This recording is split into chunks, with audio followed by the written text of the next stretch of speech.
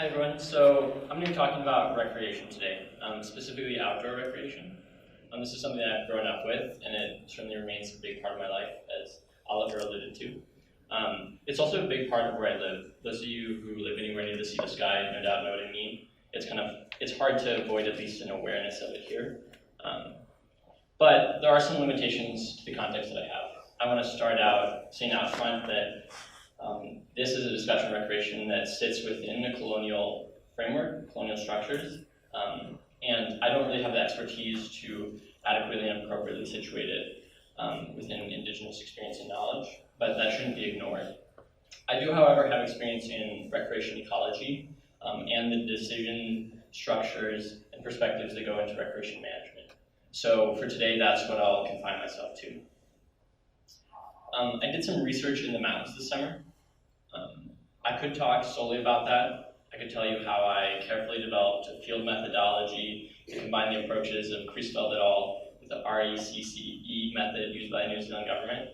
I could even show you graphs and say how they show that my site selection was appropriately paired and that it justified my use of area as a random effect within an array of mixed models.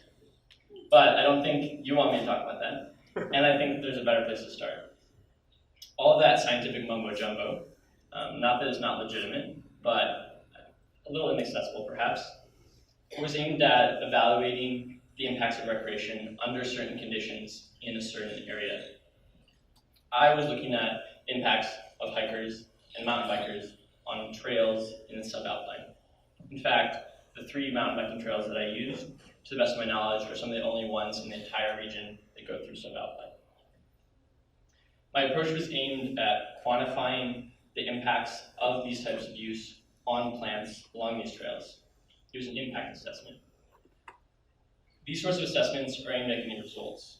So we get a result and we can say, this is bad, or this is not so bad, or this thing is bad, but this other thing, not quite as bad. So we can quantify all these value statements, and we can support them with rigor. But this does presuppose a lot. First, this sort of ecological approach is only able to look at what's already occurring there, so what the land is already being used for. The mountain biking trails I was looking at could be excellent for a totally different activity that could have the potential to have less impact and be equally as popular. Perhaps there's a large contingent of unicyclists in Squamish that are just itching to cruise down Half Nelson. Maybe in 10 years you won't see a single mountain bike in Squamish. And one wheel must have the impact of 2, right? There's also a slew of social and economic factors that simply aren't addressed by counting plants along a trail. And so evaluating the impacts of recreation with a scientific ecological approach doesn't necessarily need to directly address those issues, but the onus falls on decision makers in recreation management.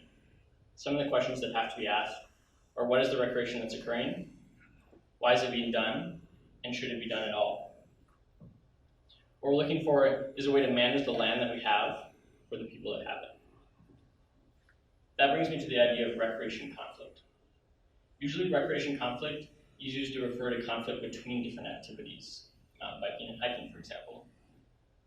But I want to use it here a little more broadly and use it to refer to anything that challenges the status of a recreational activity. Essentially, recreational users can be incompatible with one another, with the presence of different activities, or with the environment itself. So this will become clear as I go on. There are a variety of structure and management frameworks that are used to address and account for these sorts of conflicts. For example, the Recreation Opportunity Spectrum, or ROS, takes a diversity approach essentially. So land that is going to be used for recreation is managed so that it optimizes the number of experiences and the number of activities possible there. So you can take that approach and then you can establish a level of acceptable impact. And then this is sort of also ecologically informed. At first, at least it did to me, this seems to be a brilliant approach really. Everyone gets what they need and the environment isn't being sacrificed at all. And historically, approaches like the Recreation Opportunity Spectrum have been fairly effective in managing these recreation conflicts, but they're increasingly becoming more and more a wicked problem. Wicked problems are those that don't actually have a resolution due to complexities, contradictions, and their changing nature. So why can we solve recreation conflict less and less? In the last 2 decades, global wilderness has declined by 10%, much more in some areas. And this is under a fairly strict definition of wilderness. Why do I bring this up? Because outdoor recreation in particular is very land dependent, and that sort of land is running out. Keep this closely in mind because all outdoor recreation without fault will be affected by it.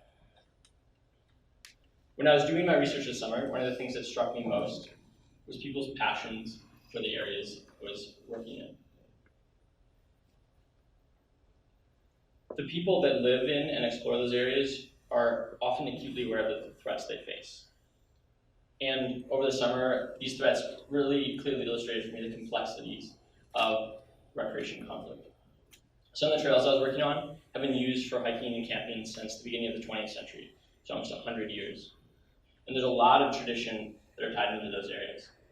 It wasn't until recently that mountain bikers started using those trails, and there's often a lot of perception of conflict there.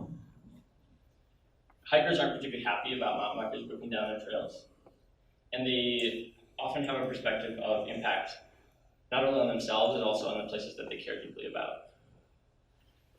So science tells us a narrative about how places change, but people really do experience that narrative, and they often care deeply about it. Not only do they see the building and erosion of trails, and the increasing number of recreational users throughout the region, but they're also affected by it. I would be remiss if I didn't also mention here that the recreation, particularly the outdoor recreation economy, is one of the leading industries in the US and Canada. In 2016 alone, the outdoor recreation industry contributed $412 billion to the US GDP. That's a greater value than the oil and mining industries, to put that in perspective. And that's echoed across Canada, and particularly in British Columbia, and particularly the Sea to Sky.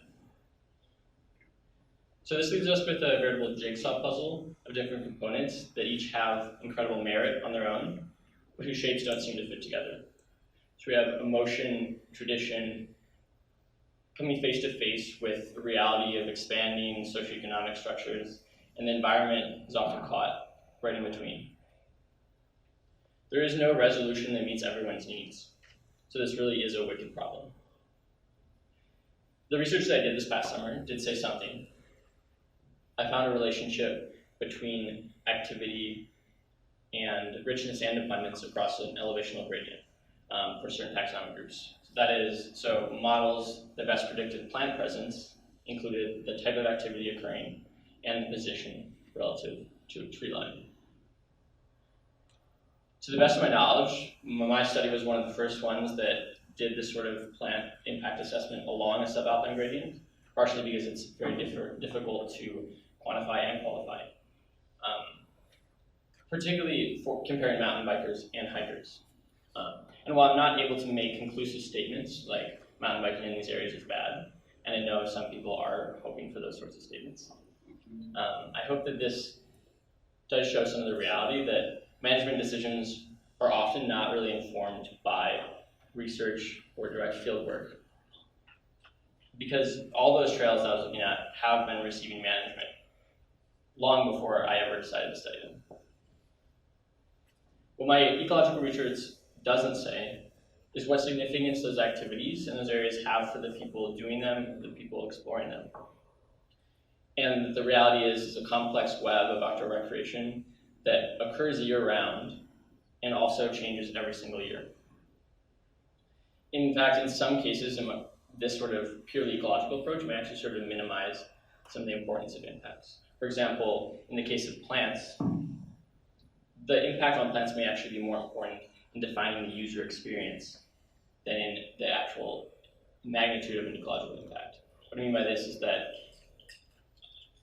a trampled plant or a bare patch of ground here and there may have some level of ecological significance, but it may certainly affect how a hiker experiences a trail, or even how a mountain biker is able to ride that trail. And to me, that illustrates the limitations of either an ecological or a socioeconomic approach in absolute isolation when we're talking about recreational management. When we talk about recreation, fundamentally, we're talking about how humans use the land. There really is no avoiding this, and there's no avoiding the importance of both those humans and that land.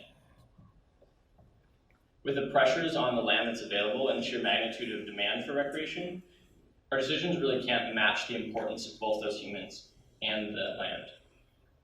We do have to make hard choices and choose our sacrifices intentionally.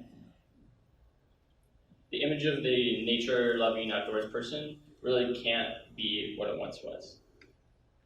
And so instead of leaving you with the John Muir quote about the beauty of the mountains and the transcendental spirit of nature, I'll leave you with this, a quote by Jorgen Randers from his book in a section with the subheading, "Don't teach your children to love the wilderness." It goes like this. Those people who have been taught by parents to love the wilderness have fewer and fewer places to go, farther and farther away. These people are only deeply satisfied when there is no one else around and they can sense the silent presence of age-old, undisturbed nature. I certainly don't intend to say with this that we should avoid the outdoors, but simply that romantic notions of roaming wild nature should be tempered by a very pressing realism. We are running out of space to do the things we want to do, and if we keep pushing in the way we have been, we risk damaging not only us, but also those spaces.